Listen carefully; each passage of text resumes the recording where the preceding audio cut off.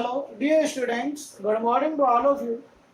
Today is the lecture number 13 for class 9 and chapter is the motion in a straight line.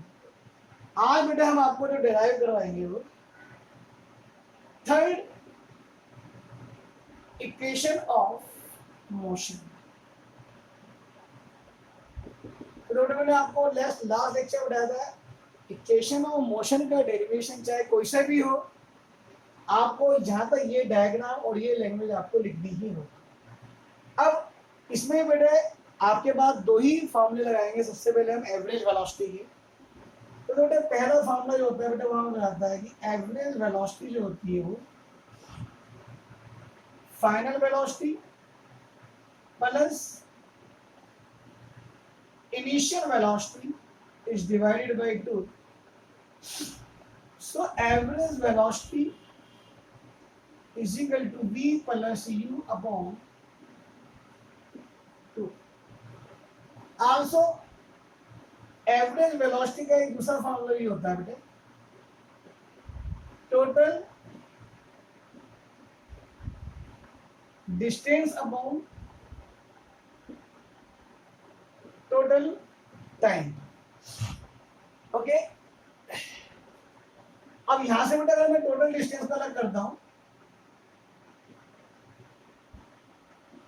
तो total distance क्या होंगे बेटा आपके पास average velocity into total time ले लो या बेटा टाइम टेकन कर लो। आप इससे टाइम टेकन तो क्या होंगे बेटा आपके पास टाइम टेकन। इसको बेटा इक्वेशन नंबर 1 बना लीजिए इस इक्वेशन के लिए। तो अगेन फ्रॉम 1 टोटल डिस्टेंस कितना बेटा मेरे पास s है। एवरेज वेलोसिटी बेटा यहां से ले लेते हैं v plus u is divided by 2 into t। तो बेटा इतना काम तो बेटा हमने सेकंड इक्वेशन ऑफ मोशन में भी करा, इतना काम आपको थर्ड इक्वेशन ऑफ मोशन में भी करना पड़ेगा। अब यहां से हम फर्स्ट इक्वेशन ऑफ मोशन का यूज करके t की वैल्यू इसके अंदर सब निकालेंगे, ठीक है ना। इसको इक्वेशन नंबर बेटा 2 मान लीजिए as v is equal to u plus at है।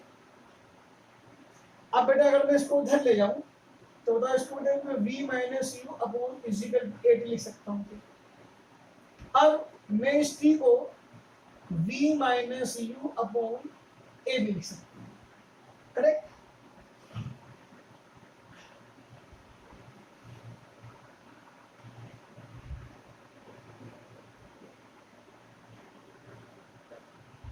अब देखिए put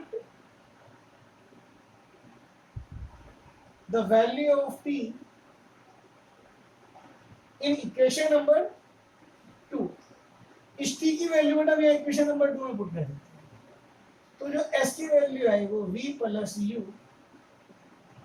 into v minus u upon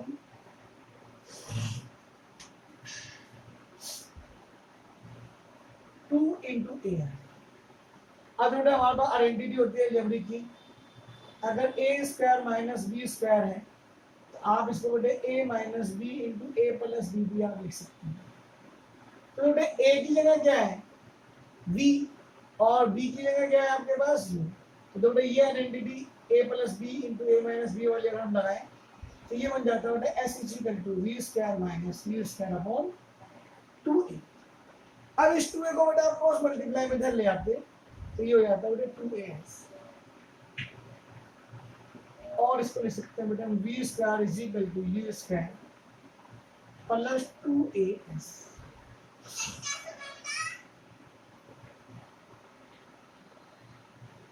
this is the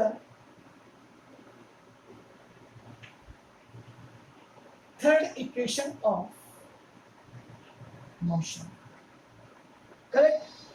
तो इस प्रकार से बेटा हमारे पास टोटल 3 इक्वेशन ऑफ मोशन आ जाती है। 2 इक्वेशन में डिस्टेंस है।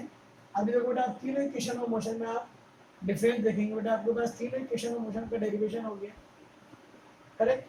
तीनों में से एक का डेरिवेशन अक्सर पूछा जाता है और इसको न्यूमेरिकल भी बहुत बहुत बहुत इंपॉर्टेंट होता है। अब बेटा हम जो डिराइव कर चुके हैं बेटा एक इक्वेशन फर्स्ट इक्वेशन जो है वो v is equal to u plus at है second equation S is equal to U T plus half A T square है, और जो थर्ड इक्वेशन है V square is equal to U square plus A S. तो बेटा ये question number 1 हो गई, ये क्वेश्चन नंबर 2 हो गई, ये क्वेश्चन नंबर 3। चलो बेटा देखते हैं क्या डिफरेंस है बेटा इन तीनों इक्वेशन में। तो देखो बेटा अगर हम इस इक्वेशन में देखते हैं तो देखो बेटा इसके अंदर डिस्टेंस कहीं भी नहीं है, यानी कि अगर आपको डिस्टेंस से रिलेटेड कोई प्रॉब्लम करनी है तो इस इक्वेशन ऑफ मोशन का आप यूज नहीं कर सकते। अब देखो बेटा इसके अंदर एस भी है, यू भी है, टी भी है, ए भी, लेकिन फाइनल वेलोसिटी नहीं है। अगर फाइनल वेलोसिटी नहीं हो, फाइनल वेलोसिटी है तब भी आप इस इक्वेशन ऑफ मोशन को यूज नहीं कर सकते। इसके अंदर फाइनल वेलोसिटी भी है, इनिशियल वेलोसिटी भी है, और एक्सटेंशन और डिस्टेंस भी है, लेकिन इस इक्वेशन ऑफ मोशन में आपके पास टाइम नहीं है। तो बेटा जब आप न्यूमेरिकल प्रॉब्लम करोगे तो आपको खुद ही आइडिया लग जाएगा कि आपको कौन सी इक्वेशन ऑफ मोशन का यूज करना है। ठीक है ना। एक बहुत सिंपल सी प्रॉब्लम लेते हैं बेटा हम पहले। क्वेश्चन आपके पास बेटा ऐसे, a moving train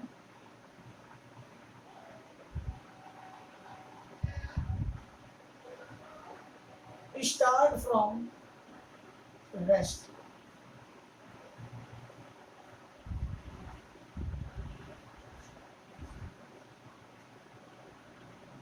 a moving train is brought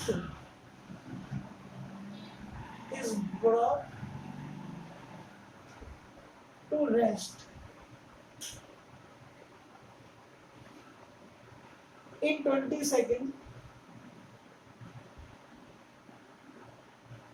by applying brakes. Find initial velocity.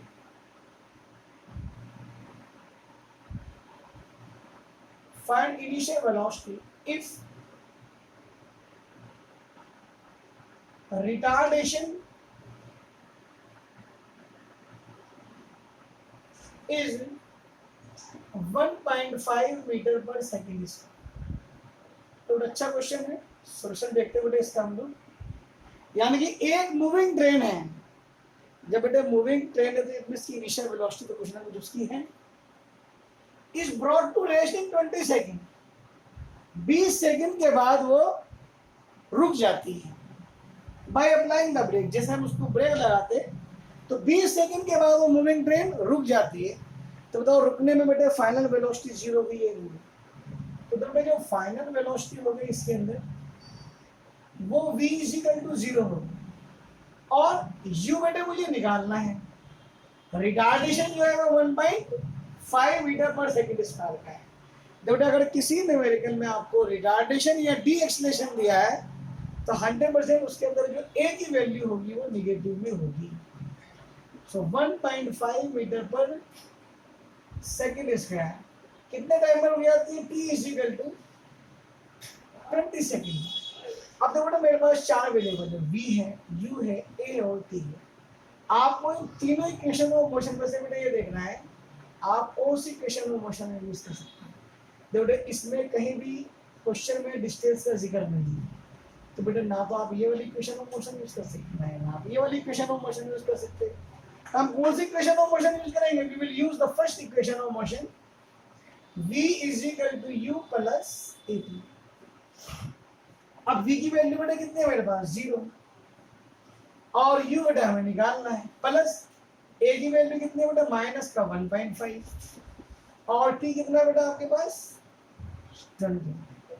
तो u माइनस 1.5 इंटू 20 10 10 टू जाए तो u माइनस 30, तो u की वैल्यू कितनी आएगी 30 मीटर पर सेकेंड। यानी कि इस ऑब्जेक्ट की जो इनिशियल वेलोसिटी थी, जो ट्रेन की जो इनिशियल वेलोसिटी थी वो 30 मीटर पर सेकेंड की थी। तो बेटा आज आपके पास एक ही प्रॉब्लम करवा रहा हूँ मैं। नेक्स्ट लेक्चर नंबर 14 में आपकी न्यूमेरिकल प्रॉब्लम ही होंगी, और बुक जो कंसीडर करी जाएगी उसके लिए एस चांद की बुक को हम कंसीडर करेंगे। Okay, thank you.